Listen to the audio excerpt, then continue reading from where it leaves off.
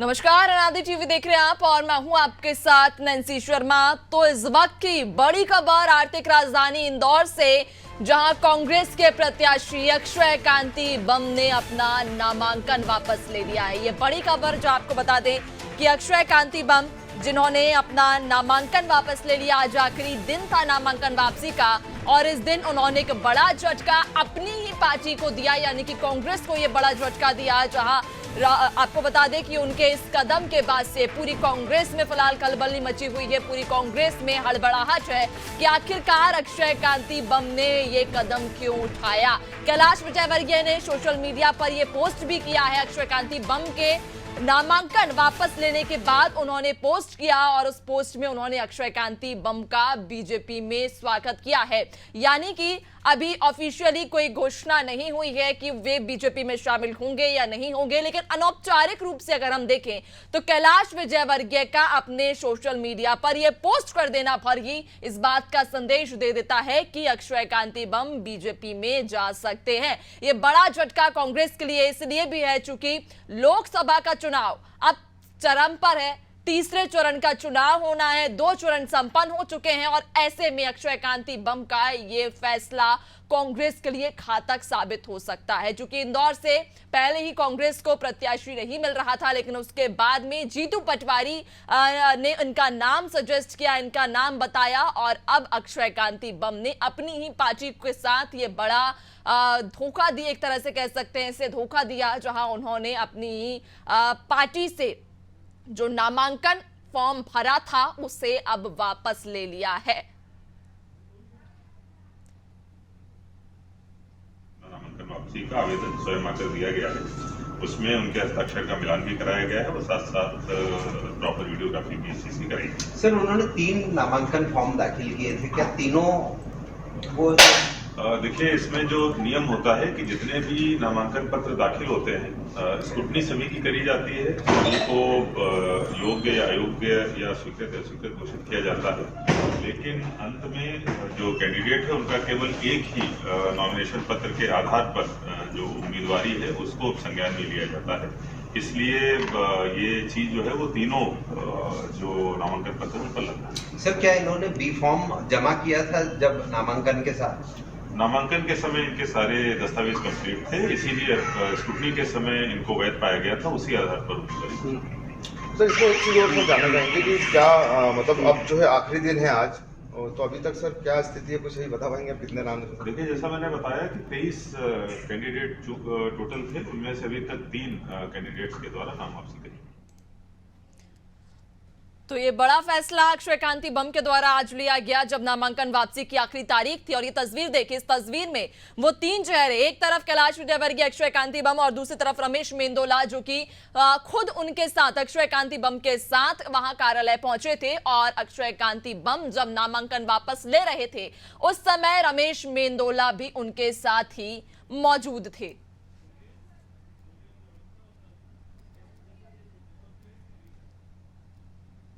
तो आपको बता दें कि ये बड़ा झटका कांग्रेस के लिए वाकई रहेगा चुनाव से पहले, चूंकि जहां कांग्रेस ने उन्हें टिकट दिया, प्रत्याशी बनाया, सुबह तक भी प्रचार कर रहे थे अपनी कांग्रेस पार्टी के लिए ही, लेकिन उसके बाद ऐसा क्या हुआ कि अचानक उन्होंने अपना नामांकन वापस ले लिया और उसके तुरंत बाद ही कैलाश विजयवर्गीय ये फोटो सोशल मीडिया पर अपलोड करते हैं जिसमें वे अक्षय कांति बम का बीजेपी में स्वागत करते हैं। चलिए इस पर ज्यादा जानकारी भी लेंगे, चर्चा करेंगे हमारे साथ, जहां सहयोगी दुर्गेश हमारे साथ जुड़ गए हैं, तो वहीं एसोसिएट एडिटर प्रभु सर भी हमारे साथ में जुड़ चुके हैं। सबसे पहला सवाल सर मेरा आप ही से रहेगा कि सुबह तक हम देख रहे थे कि अक्षय कांति बम अपनी ही पार्टी के लिए प्रचार कर रहे थे, सड़कों पर वे घूम रहे थे, जनता से चर्चा कर रहे थे, उनसे वोटों की अपील कर रहे थे, लेकिन कुछ ही घंटों के बाद या मिनटों के बाद ऐसा होता है कि कार्यालय पहुंचते हैं, उनके साथ में बीजेपी की ओर से रमेश मेंदोला भी उनके साथ थे, नामांकन वापस लिया और उसके कुछ देर बाद ही कैलाश विजयवर्गीय सोशल मीडिया पर एक फोटो अपलोड करते हैं जिसमें वे बीजेपी में स्वागत करते हैं अक्षय कांति बम का।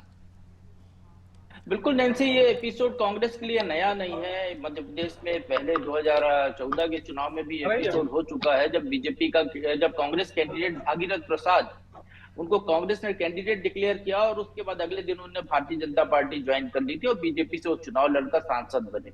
और इसको अभी सूरत पार्ट 2 भी माना जा रहा है। मध्य प्रदेश कांग्रेस नेताओं को पहले से आशंका थी कि मध्य प्रदेश में इस तरीके का कोई बीजेपी की सेंधमारी हो सकती है। निश्चित तौर पर वो सचेत थे और इंदौर की जो सियासी परिस्थितियां हैं, अक्षय कांति बम की जो स्थिति है उसको समझना यहाँ पर काफी महत्वपूर्ण होगा।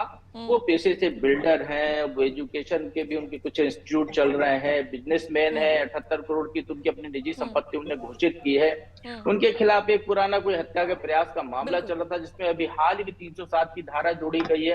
तो निश्चित तौर पर वो चूंकि बिजनेस कम्युनिटी से हैं, उनके व्यापारिक हित हैं वहां पर, उनको दिख रहा है कि मध्य प्रदेश में तो अभी 4.5 साल बीजेपी की सरकार है, केंद्र में भी बीजेपी की सरकार बनने वाली है। तो ऐसे में वो अपने बिजनेस के दबाव को संभवतः नहीं झेल पाए और उन्होंने ये कदम उठाया। निश्चित तौर पर उन्होंने कांग्रेस को बड़ा झटका दिया है।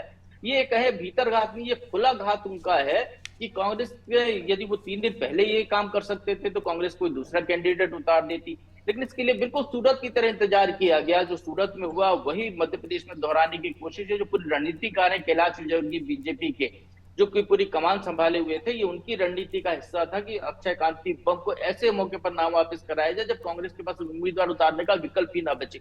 तो निश्चित तौर पर सूरत पार्ट 2 मध्य प्रदेश में दोहराया जा रहा है। अभी 23 कैंडिडेट बचे हैं, 3 ने आज नाम वापस लिया है और बाकी और भी जो निर्दलीय छोटे दलों की कैंडिडेट हैं उनमें से भी कई नाम वापस लेकर हो सकता है कि बीजेपी इसको निर्विरोध कराने की कोशिश करे या इस तरीके की स्थिति वहां पर निर्मित हो कि जो कुछ निर्दलीय चुनाव तो लड़े लेकिन वो बाद में बीजेपी को कैंडिडेट को सपोर्ट कर जाए। तो निश्चित तौर पर ये कांग्रेस के लिए, मध्य प्रदेश कांग्रेस के लिए, पूरे देश की कांग्रेस के लिए एक बड़ा झटका। और आप एक चीज और देखिए इस पूरे मामले में, जब से जीतू पटवारी को अध्यक्ष बनाया गया तब से बीजेपी के तमाम नेता उनको चैलेंज कर रहे हैं कि जीतू के आने के बाद 2 लाख से ज्यादा कांग्रेस कार्यकर्ता और कई नेता बीजेपी में शामिल हुए हैं और ये जीतू पटवारी की वजह से हो रहा है। एक मामला और था इंदौर का कि इंदौर में कैंडिडेट कौन बने, तो जीतू पटवारी ने चुनाव लड़ने से इंकार कर दिया था, तो उसको लेकर उन पर सवाल उठ रहे थे। उन्हीं के जब मना करने के बाद जब कांग्रेस में कोई बड़ा कैंडिडेट नहीं मिला तो अक्षय कांति बम को दिया गया। हाँ, अक्षय कांति बम को उम्मीदवार बनाया गया था। तो निश्चित तौर पर वो कमजोर प्रत्याशी थे, उनके बिजनेस के अपने हित थे और शायद यही वजह है कि वो इस मौके पर पलायन कर गए।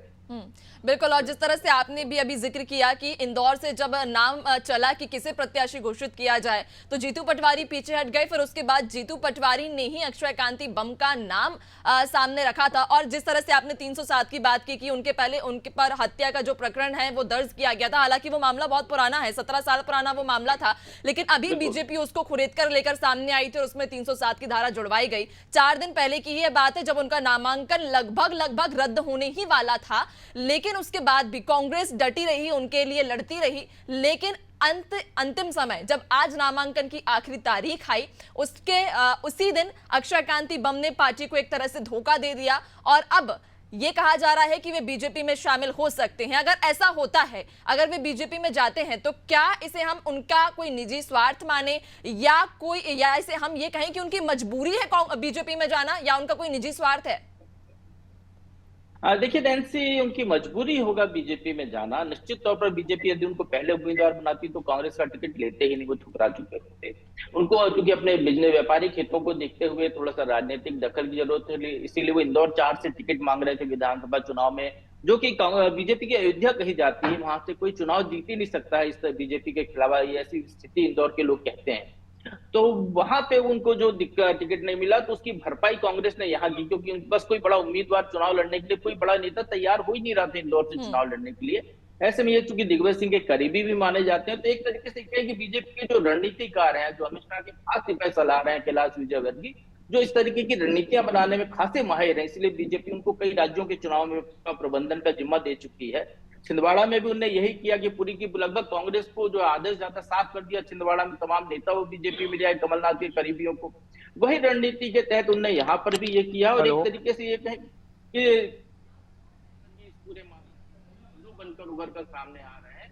और अक्षय कांति बम चूंकि श्वेतांबर जैन, एक चीज और है यहाँ पर, जैन फैक्टर भी यहाँ पे है कि वो श्वेतांबर जैन है और मध्य प्रदेश के ज्यादातर श्वेतांबर जैन वो भाजपा समर्थक हैं। कुछ उनके ऊपर जो है उनके समाज का भी दबाव ऐसा हो सकता है कि व्यापारिक हितों के साथ, तो निश्चित तौर पर तमाम परिस्थितियों ने काम किया। और जिस तरीके से हम दिखा रहे हैं कि कैलाश विजयवर्गीय उनको लेकर जा रहे हैं, तो अब अंदाजा लगाइए कि क्या स्थिति है जब रमेश मेंदोला, जो कि इंदौर में दादा भाई के नाम से जाने जाते हैं, जिनसे कोई पंगा लेना भी नहीं चाहता है, वो साथ में है और दादा भाई उनको अंदर लेकर गए, नाम वापस कराया, कैलाश विजय की बाहर मोर्चा संभाले रहे। तो इंदौर की जो दो भाई लोग हैं, इन दो भाइयों ने एक और भाई बीजेपी में जोड़ दिया है कांग्रेस से छीनकर, और निश्चित तौर पर कांग्रेस के लिए बड़ा सेटबैक है। तब है जब रामनिवास रावत बीजेपी में जाने का नाम आता है। सर एक छोटी सी प्रतिक्रिया हम ले लेते हैं। हमारे सहयोगी दुर्गेश बीजेपी कार्यालय में इस वक्त मौजूद हैं। दुर्गेश, बीजेपी कार्यालय में क्या हालचाल है? चूंकि राजनीतिक मेहमान हमारे साथ जुड़ चुके हैं, उनसे हम आगे और चर्चा करेंगे, लेकिन पहले बीजेपी कार्यालय की स्थिति आप हमें बताइए, क्या तस्वीरें, क्या स्थिति है? आज का दिन बहुत बड़ा दिन है राजनीति की दृष्टि से देखें, लेकिन हम अभी आपको बता देना चाहते हैं भारतीय जनता पार्टी के प्रदेश कार्यालय पर मौजूद है और प्रदेश कार्यालय में अभी इस तरह की कोई हलचल दिखाई नहीं दे रही, क्योंकि जो प्रदेश स्तर के बड़े नेता हैं, जो चाहे मुख्यमंत्री की बात कर ले, चाहे प्रदेश अध्यक्ष, और जो भी बड़े स्तर के नेता हैं, वो चूंकि बाहरी क्षेत्र में गए हुए हैं, दूसरे क्षेत्र में प्रचार प्रसार के लिए गए हुए हैं। लेकिन अब जो ये पूरा घटनाक्रम है इंदौर में, ऐसी चर्चाएं हैं कि जो अक्षय कांति बम है, उन्होंने सदस्यता कैलाश विजयवर्गीय के हाथों ले लिए और वहाँ भारतीय जनता पार्टी के कार्यालय पहुंचे हैं। और प्रदेश कार्यालय की जो अपडेट है, अभी ऐसी कोई हलचल तेज नहीं हुई है, हालांकि हम पल पल की घटनाक्रम ठीक है, आप नजर बनाए रखिएगा। यानी कि अनौपचारिक रूप से तो वे बीजेपी में शामिल हो ही चुके हैं, बस औपचारिक घोषणा होना बाकी भर रह गया है। ललित उपमन्यु ब्यूरो इंदौर से हमारे साथ में जुड़ चुके हैं। पहले मैं आपका परिचय करा देती हूँ, खास पैनल हमारे साथ जुड़ गया है। प्रेम व्यास बीजेपी प्रवक्ता हमारे साथ जुड़ गए हैं, इसके अलावा फिरोज सिद्दीकी कांग्रेस से प्रवक्ता हमारे साथ जुड़ गए हैं। आप दोनों का अनादि टीवी पर बहुत स्वागत है। सर, सबसे पहला सवाल मेरा ललित आपसे रहेगा कि इंदौर में जिस तरह का घटनाक्रम आज घटा है कि सुबह 9 बजे तक वे अपने लिए प्रचार प्रसार कर रहे थे, वोटों की जो अपील है वो जनता से करते आ रहे थे, वोटों की मांग जनता से कर रहे थे, लेकिन उसके कुछ ही देर बाद ऐसा क्या उलटफेर होता है कि उन्हें अपना नामांकन वापस लेना पड़ा और बीजेपी में अनौपचारिक रूप से, अगर हम कहें तो बीजेपी में वे जा चुके हैं, लेकिन अभी औपचारिक रूप से घोषणा होना बाकी रह गई है। देखिए, इसका एकमात्र कारण नहीं है कि वो किसी खास वजह से गए हों। और पिछले कुछ दिनों से लगातार ऐसे घटनाक्रम हो रहे थे जिसमें लग रहा था कि या तो कांग्रेस में यूनिटी नहीं है और उनको कोई सपोर्ट नहीं कर रहा था। मैदान में ना कोई बड़े नेता यहाँ आ रहे थे उनके फेवर में, जबकि 10-12 दिन अभी वोटिंग को रह गया इंदौर में, 13 तारीख को वोटिंग है। उसके अलावा कुछ कानूनी उलझने उनके इर्द गिर्द अचानक से बढ़ गई थी, कुछ पुरानी थी, कुछ नई थी, ताजा थी। उनको लेके भी एक राजनीतिक हलकों में चर्चा है कि साहब उनको इस तरह से घेरा जा रहा था कानूनी अड़चनों के कारण। एक चीज मैं आपको नहीं बता दूं अभी कि ये कोशिश हो रही है कि इंदौर में चुनाव ना हो, किसी भी तरह से निर्दलीय एकदम निर्विरोध आ जाए शंकर लाल। लेकिन मेरे पास जो सूचना है उसमें ये है कि कांग्रेस ये कोशिश कर रही है कि कम से कम 1 या 2 निर्दलीयों को अपने साथ रखे कहीं ना कहीं, और उनको लास्ट मोमेंट पे 3 बजे तक आज 3 बजे तक अपने पोजीशन में रख के और चुनाव की परिस्थितियां बना दें और उसको समर्थन दे दें। ये एक बड़ा अपडेट मैं आपको दे रहा हूँ। बीजेपी की कोशिश थी कि यहाँ सभी लोग फॉर्म वापस ले लें। अभी 3 फॉर्म 1 घंटा पहले तक 3 फॉर्म वापस हुए हैं, 20 बाकी थे, लेकिन वो ज्यादातर निर्दलीय हैं, उसमें कोई बड़ी पार्टी का कोई नहीं था जो आसानी। 1-2 लोग ऐसे हैं जो शायद फॉर्म नहीं ले, या तो वो कांग्रेस के साथ हैं कहीं ना कहीं, उनको यहाँ कलेक्ट्रेट तक पहुंचने नहीं दिया। ऐसा कुछ अपडेट अभी यहाँ मैं कलेक्ट्रेट से ही बात कर रहा हूँ, ऐसा कुछ चल रहा है। तो पॉसिबल है कि इंदौर में चुनाव तो शायद हो, एकदम खुला मैदान वाला नहीं है, और जो खजुराहो में हुआ कि किसी को सपोर्ट कर दिया जाएगा। बिल्कुल, यानी कि देखने वाली बात रहेगी अब तक अक्षय कांति बम के जाने के बाद में क्या स्थिति बनती है यहाँ पर। क्योंकि हमारे साथ राजनीतिक मेहमान भी जुड़ चुके हैं, उन्हीं से जवाब ले लेंगे। सबसे पहला सवाल मेरा फिरोज जी आपसे ही रहेगा, क्या कारण इंदौर में सुबह 9 बजे तक जो प्रत्याशी प्रचार कर रहा है अपनी पार्टी के लिए, अचानक से ऐसा क्या होता है कि नामांकन वापस लेना पड़ जाता है? और वे अकेले नहीं जाते हैं, बीजेपी के जो नेता रमेश मेंदोला उनके साथ कार्यालय पहुंचते हैं, नामांकन वापस लेते हैं, और उसके बाद थोड़ी ही देर बाद एक तस्वीर आती है जिसमें कैलाश विजयवर्गीय, रमेश मेंदोला और उसके साथ में आपकी पार्टी के जो पूर्व प्रत्याशी रहे अक्षय कांति बम, वे भी उस तस्वीर में हैं। और उस तस्वीर में जो लिखा गया है कि बीजेपी में अक्षय कांति बम का स्वागत है। सर, क्या वजह रही? वजह नहीं है ये नैन्सी जी, पूरे देश की जो हमारा भारत का लोकतंत्र है उसकी कैसे छींचा लेदर की जा रही है, ये उसका जीता जागता उदाहरण है। अभी तो मोदी अंकल जो है 400 पार नहीं पहुंचे हैं, 400 पार हो जाने दीजिए। कांग्रेस यही तो कह रही है कि आप 400 पार हो जाने दीजिए, हमसे वोटों का अधिकार भी छीन लेंगे। ये आवश्यकता क्या, जो पार्टी 400 पार जा रही है, जिसको इतना बड़ा भी है ना विधानसभा में बहुमत दिया गया है। वैसे ही अगर स्थिति मजबूत थी मध्य प्रदेश में तो ये सब काम करने की जरूरत क्यों है कि जो अक्षय कांति बम है उनके जो भी गलत काम है सही है ये तो मुझे नहीं पता, मैं इस मामले में टिप्पणी नहीं कर सकता। लेकिन जो आपके रिपोर्टर बता रहे हैं कि 307 का एक मामला है उनको जोड़ा गया, तो गलत लोगों को प्रश्रय देना और उसके बाद अपनी पार्टी में शामिल करा लेना और अब ये कोशिश कि सारे जो है इसको निर्विरोध करा दिया जाए, तो लोगों के हाथ से आप लोकतंत्र में अधिकार छीन रहे हैं वोट का, अपने सत्ता की दम पे, पुलिस की दम पे, ईडी आईटी की दम पे। तो ये कितना आप सोचिए कि आने वाली पीढ़ियों को क्या जवाब देंगे आप। बाबा साहब अम्बेडकर का जो संविधान बदलने की ये जो चेष्टा हो रही है ये आखिर ये सब काम भारतीय जनता पार्टी को करना क्यों पड़ रहा प्रेम व्यास जी है? हमारे सवाल साथ में ये जुड़े है। हुए हैं। ठीक है, आपके सवाल का जवाब लेते हैं। प्रेम जी, कांग्रेस तो ये कह रही है कि आप डरा धमकाकर उनके जो तमाम लीडर्स हैं उन्हें अपनी पार्टी में ले रहे हैं। एक और आप कहते हैं कि बीजेपी विश्व की सबसे बड़ी पार्टी है, सबसे मजबूत पार्टी है, फिर क्यों जरूरत पड़ रही है इस तरह से डरा धमकाकर अपनी पार्टी में कांग्रेस के तमाम अभी तक तो चलिए नेताओं को ले रहे थे, लेकिन अब तो प्रत्याशी भी आपकी पार्टी में आ गया। देखिए, तो कांग्रेस अपनी अक्षमताओं और असफलताओं का जो ठिकाना है वो भारतीय जनता पार्टी पे फोड़ने का प्रयास करे। आप बताइए, इंदौर से संजय शुक्ला जी आए, विशाल पटेल आए, दोनों पूर्व विधायक, उसके बाद में कोठारी जी और अभी अक्षय कांति बम, और इसके पूर्व में अक्षय कांति बम जी के साथ जो घटनाक्रम कांग्रेसियों ने करा वो तो निंदनीय है ही ना। उन्होंने कार्यालय खोल लिया था, कार्यालय खोलने के बाद में जनसंपर्क चालू कर दिया था और उसके बाद खबर आई कि दिग्विजय सिंह साहब ने कोई सेटिंग करके जो है कैंडिडेट बदल दिया। आज भी उनका कार्यालय उषा नगर में स्थित है, दशहरा मैदान के सामने, पता कर लीजिए। पिछले जब से चुनाव हुआ उसके 6 माह पहले से उन्होंने कार्यालय खोल लिया था। तो उस समय जो था अक्षय कांति बम को कांग्रेस पार्टी और शीर्ष नेतृत्व ने जो है मोए मोए बोला था। अब अक्षय कांति बम की बारी थी तो उन्होंने मोए मोए बोल दिया। तो निश्चित रूप से ये तो कांग्रेस में चल ही रहा है ना। आप देखिए, दिग्विजय सिंह साहब को जो है राजगढ़ में उन्होंने केंद्रित कर दिया, वहां से बाहर ही नहीं निकल पा रहे। छिंदवाड़ा में कमलनाथ जी को केंद्रित कर दिया, वो बाहर नहीं निकल पा रहे। अगर जीतू पटवारी जी का नेतृत्व इतना ही सदृढ़ और इतना अच्छा था तो निश्चित रूप से उनको इंदौर से लड़ना था। लेकिन सवाल तो है ना सर, सवाल तो है कि अक्षय कांति बम जब नामांकन वापस लेने जाते हैं तो उनके साथ रमेश मेंदोला वहां क्या कर रहे होते हैं? तो निश्चित रूप से जब उनको भारतीय जनता पार्टी में आना होगा तो निश्चित रूप से ऐसे व्यक्ति के संपर्क में ही आएंगे ना जिस व्यक्ति के 2 नंबर विधानसभा गए या पूरे इंदौर में एक ऐसी छवि है जो निर्विरोध रूप से विकास पथ पर अग्रसर होने वाली है। और जैसे मेरे मित्र कह रहे थे कि लोकतंत्र खतरे में, बताइए 1952 में लगभग 10 सांसद निर्विरोध चुने गए थे, निर्विरोध, तब लोकतंत्र नहीं मरा था। 1957 में 11 सांसद निर्विरोध चुने गए थे, तब लोकतंत्र नहीं मरा था। 1963 में यशवंतराव चौहान जो है वो निर्विरोध चुने गए थे, लोकतंत्र नहीं मरा था।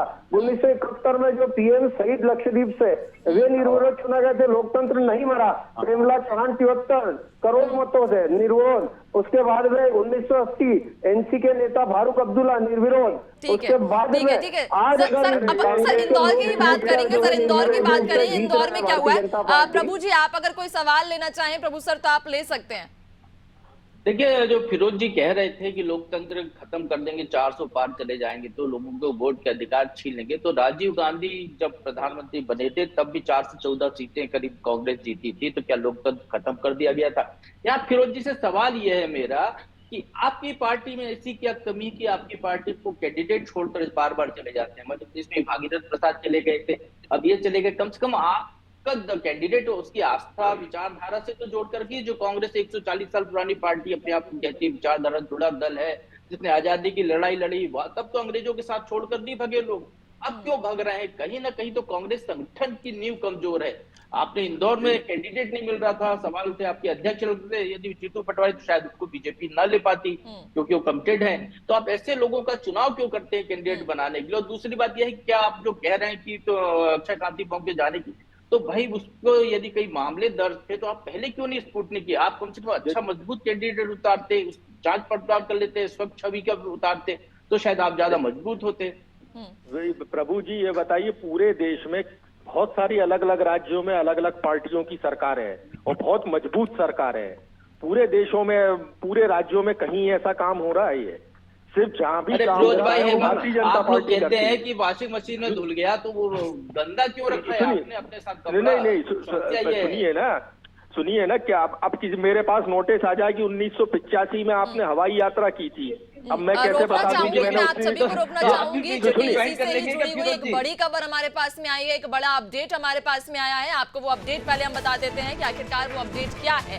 तो अक्षय कांति बम ने जहां पहले अपना नामांकन वापस लिया, उनके साथ रमेश मेंदोला उस वक्त मौजूद थे जब अक्षय कांति बम अपना नामांकन वापस ले रहे थे। और अब ये बड़ी खबर जहां अक्षय कांति बम बीजेपी में शामिल हो गए हैं। हालांकि अनौपचारिक रूप से पहले ही इस बात का ऐलान कर दिया गया था जब कैलाश विजयवर्गीय ने वो फोटो डाला, उसके बाद तस्वीर साफ हो गई थी। लेकिन अब औपचारिक घोषणा हो चुकी है कि अब अक्षय कांति बम ने अपना नामांकन वापस लेने के बाद बीजेपी की सदस्यता ले ली है। चलिए एक बार फिर से हम रुक करेंगे, चर्चा को हम आगे बढ़ाएंगे। फिरोज जी, सवाल मेरा वही आपसे कि अक्षय कांति बम क्या कारण 9 बजे तक लगातार प्रचार कर रहे हैं लेकिन उसके बाद में पार्टी को छोड़ दिया, नामांकन वापस ले लिया। अब आपका क्या वहां पर एक्शन रहेगा? क्या आप कोई निर्दलीय प्रत्याशी के साथ में जाएंगे आगे? देखिए वो नेतृत्व तय करेगा कि कौन प्रत्याशी के साथ में जाएंगे। लेकिन सवाल यही है ना कि भारतीय जनता पार्टी को ये सब करने की जरूरत क्या है?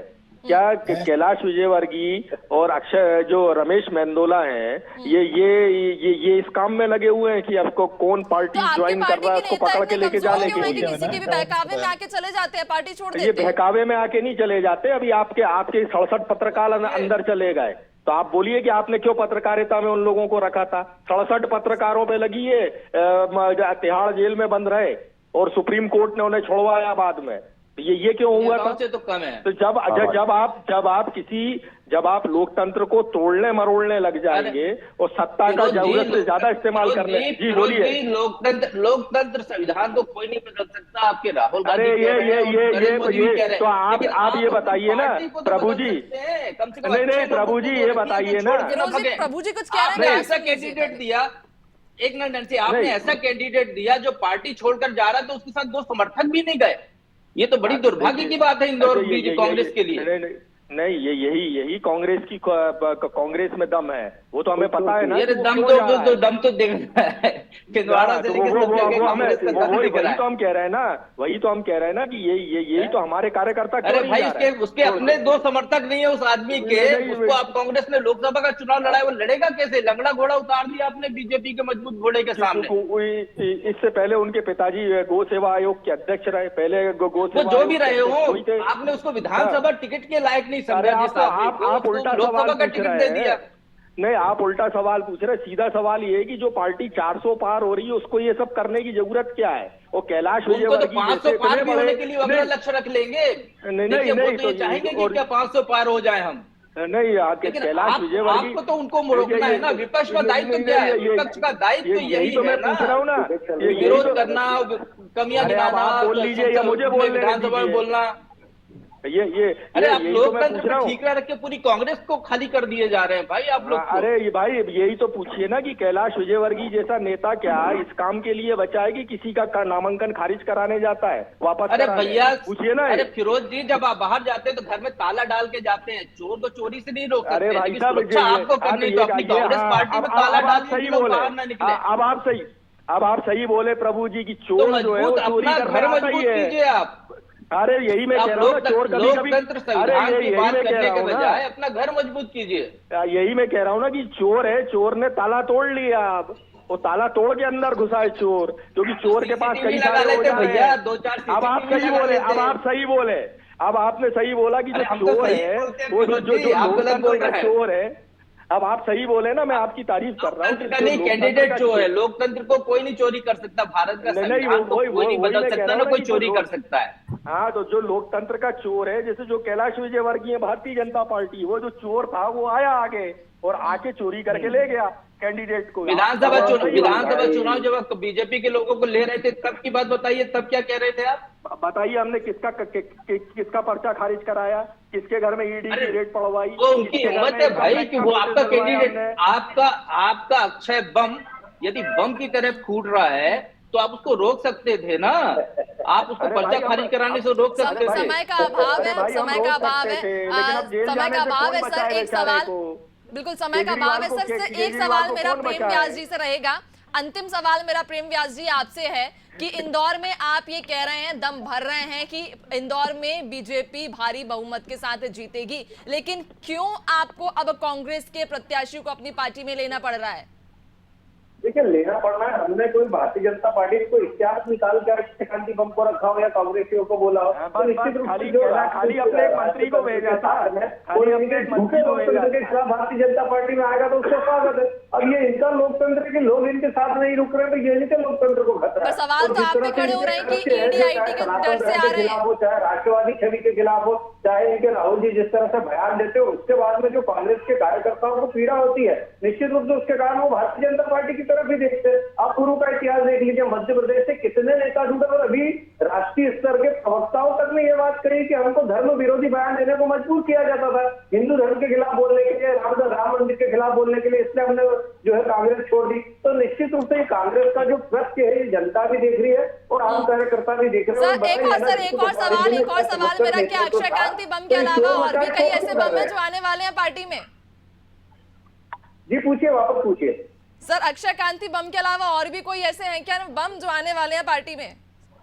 जी निश्चित रूप से जिसको कांग्रेस पार्टी ने मोए मोए कहा था वो सब कांग्रेस पार्टी को मोए मोए करेंगे। परिस्थिति है, राष्ट्रवादी लोग जो है वो कांग्रेस पार्टी को छोड़ रहे हैं। ठीक है, समय का अभाव है। इस चर्चा को यहीं विराम देंगे। आप सभी का हमारे साथ जुड़ने के लिए, नदी टीवी के साथ जुड़ने के लिए और चर्चा के लिए बहुत बहुत शुक्रिया।